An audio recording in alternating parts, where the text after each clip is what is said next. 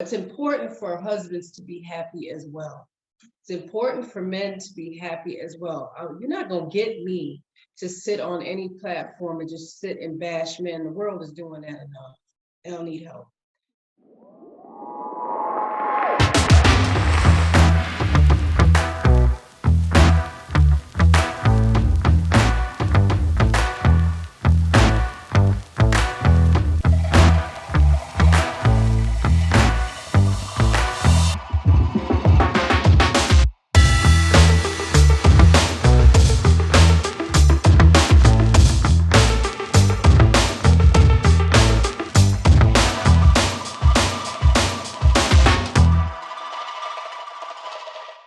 For those who are not familiar, because we're not going to pretend like we think that everybody is familiar with who we are, Coach Nyla, Coach Fatimah, co-wives, co-founders of Outstanding Personal Relationships, as well as co-authors of the book Let's Talk Polygyny Uncensored. Period. Yes. So yes, and then helping relationships and marriages, wives, and polygyny, yes, and monogamy, but definitely polygyny a lot because it doesn't get fair play. So we've done it for years. So yeah, that's about it. But that's the thing. Can you share your husband? Which is, for those, pretty much, if not everybody, most of the people know that polygyny is one man married to multiple, having multiple wives, married to multiple women, not dating multiple women, married to multiple women. And we're Muslims, so it stops at 4. So they keep multiplying wives. No, there's a cap. So yeah, we just wanted to say that for clarification, because we're absolutely pro morals. So we don't have additional husbands. We are not married to one another. Common denominator is our husband, Coach Nyla. and that's where it ends. But yes, let's talk about, can we share our husbands? And sometimes we want to run from that question because that word sharing can be scary if you don't want to, and to put things in the proper perspective, you can do what you tell yourself you can, and you can do the things that you tell yourself you can't. So I found in my own personal experience, if I give myself permission to do something that is allowed for me, I'll do it. But then if I don't, right away, I'll kind of skate around and go, well, I don't have to deal with that right now. So I'm just going to act like it's not going to happen and it's not here, because then I can deal with it better if I ignore it. Complete avoidance doesn't serve us. So when we run away from just the word share, the word polygyny, and your husband having more time with another wife, we don't want to say other women, because I've seen this thing thrown around where this cheating. But what if he cheated on, what if you cheated on him like he cheated on you?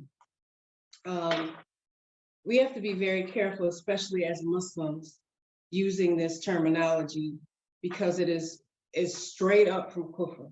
And we don't talk about this enough, accusing our co-wives of being the home wrecker, the husband is the one that's the cheater.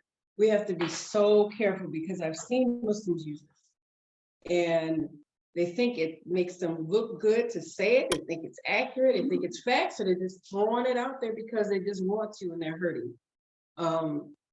I've had people use that in our case and said something. They say cheat, but they might as well have said that.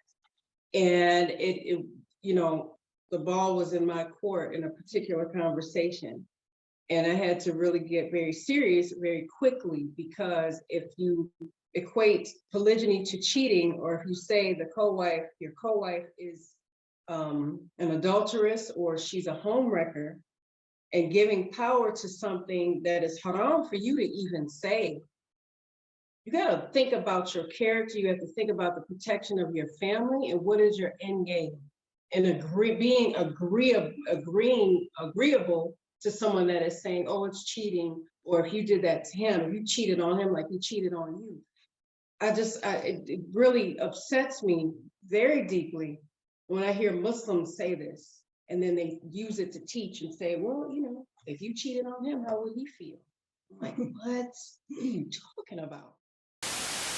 We'd like to interrupt this video to let you guys know to make sure you are registered for the Women's Polygyny Masterclass.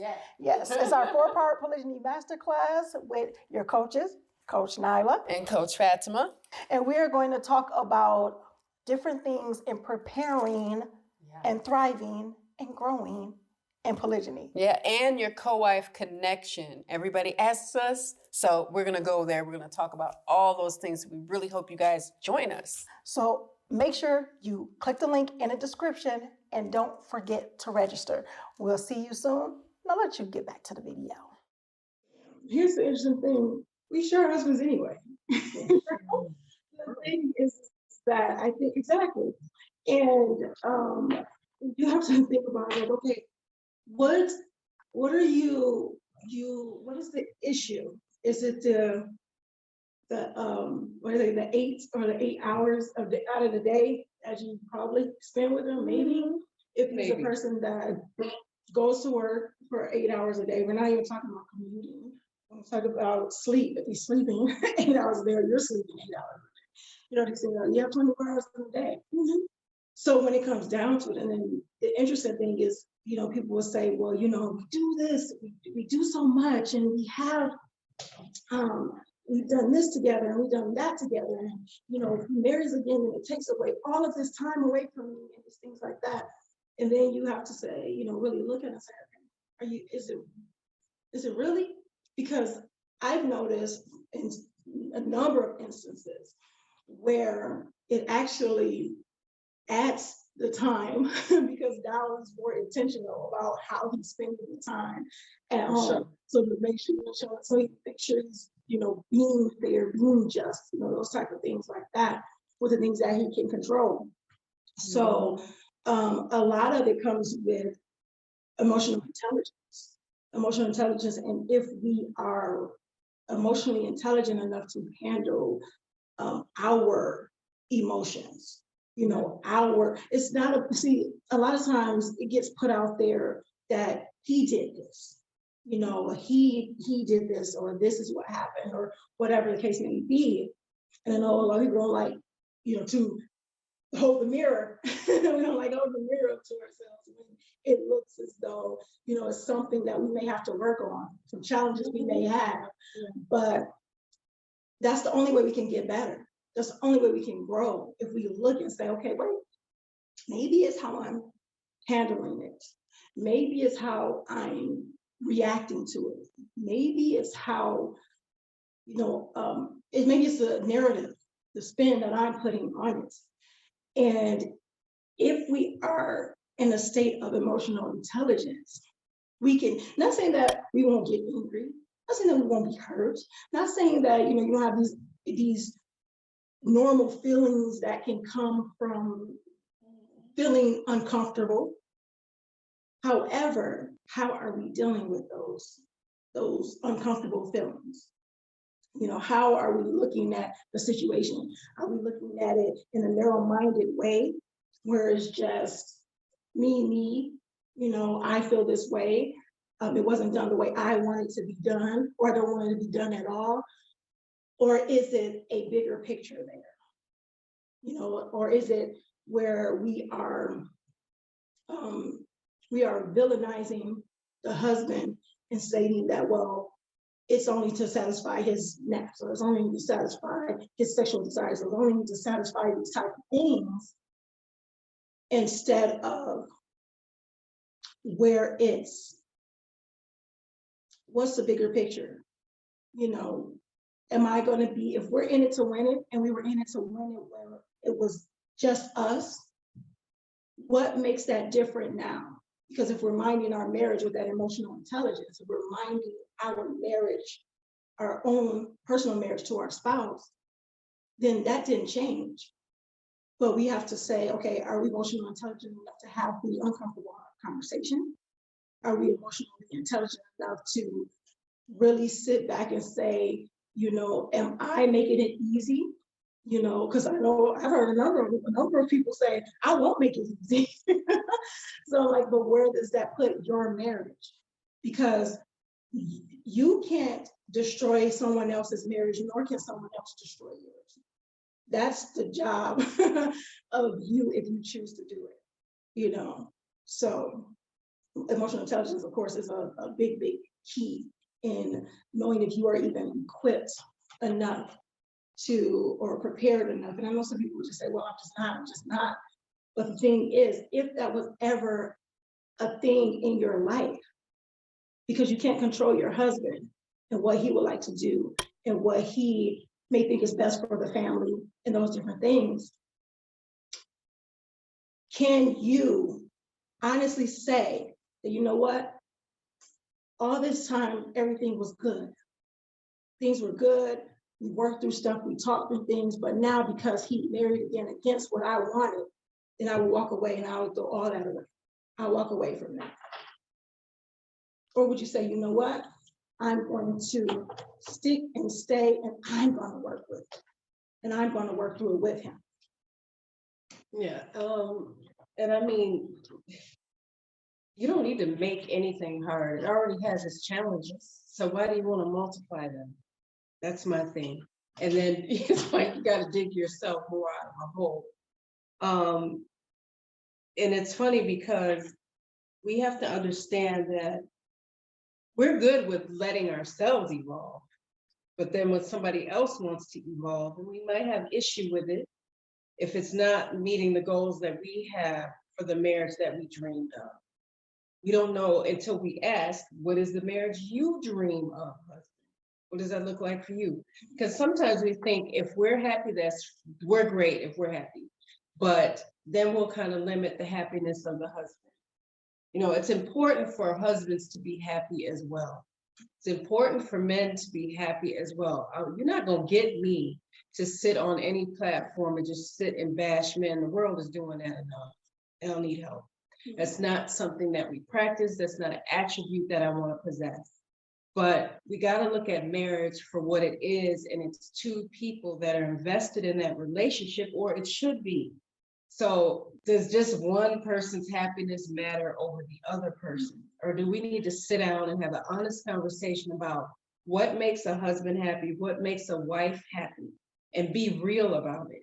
And not just go, well, I want 3 square meals a day and a clean house and this and that, my rights. And there's more to it, because one thing that I learned through the 20 plus years that I've been married is there's a limitation on density, on this mental density, where you're just gonna go, I'm gonna just go this far and that's it.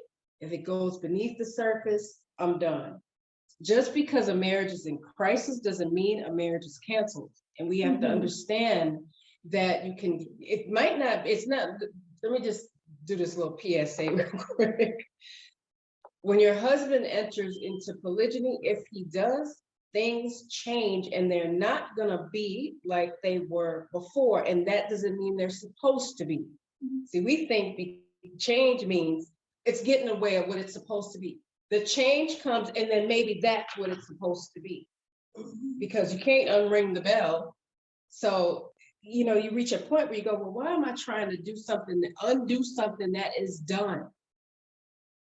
Do you have the ability to do that? No, you don't. It's like Coach Nyla was saying, we can't control anybody. The own parents can't control them. So it's about men and women being grown people and adults. And as an adult, we have to come to the table with the courage to bring up these discussions and talk about marriage, although we might not like or agree with the answer. That doesn't mean the answer is wrong, though. And we have to understand that. So he did it. That doesn't mean everything's figured out, though. Where is the time in which there's polygyny and then there's growth and learning for the husband? And everybody, I had people tell me, oh, Coach Fatimah, you're making excuses for him. You're doggone right I am. Oh, great. Because it's called Islam, because I'm supposed to give excuses to the other Muslim, especially when I don't understand something. Don't just come up with your own thing and go, okay, this is my thing. This is how I feel it's going, and this is what it is. Like it's facts. You know, we have to be very, very careful about our assumptions. We've all done it.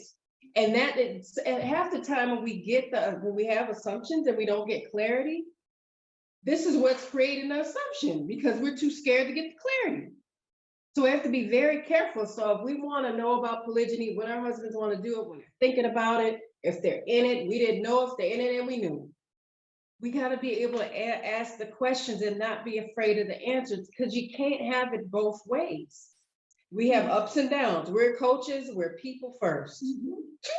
So we have ups and downs and we're not designed to stay happy all the time. We all have challenges. It's about being responsive versus reactive. And we've talked about this a lot. OPR talks about this a lot. And we talk about minding your marriage a lot because it's important. We're not just sitting here saying this stuff for decoration. People always ask, well, how do you get to hear it? How do you do it? How do you do it? I'm telling you how it can be done and be successful.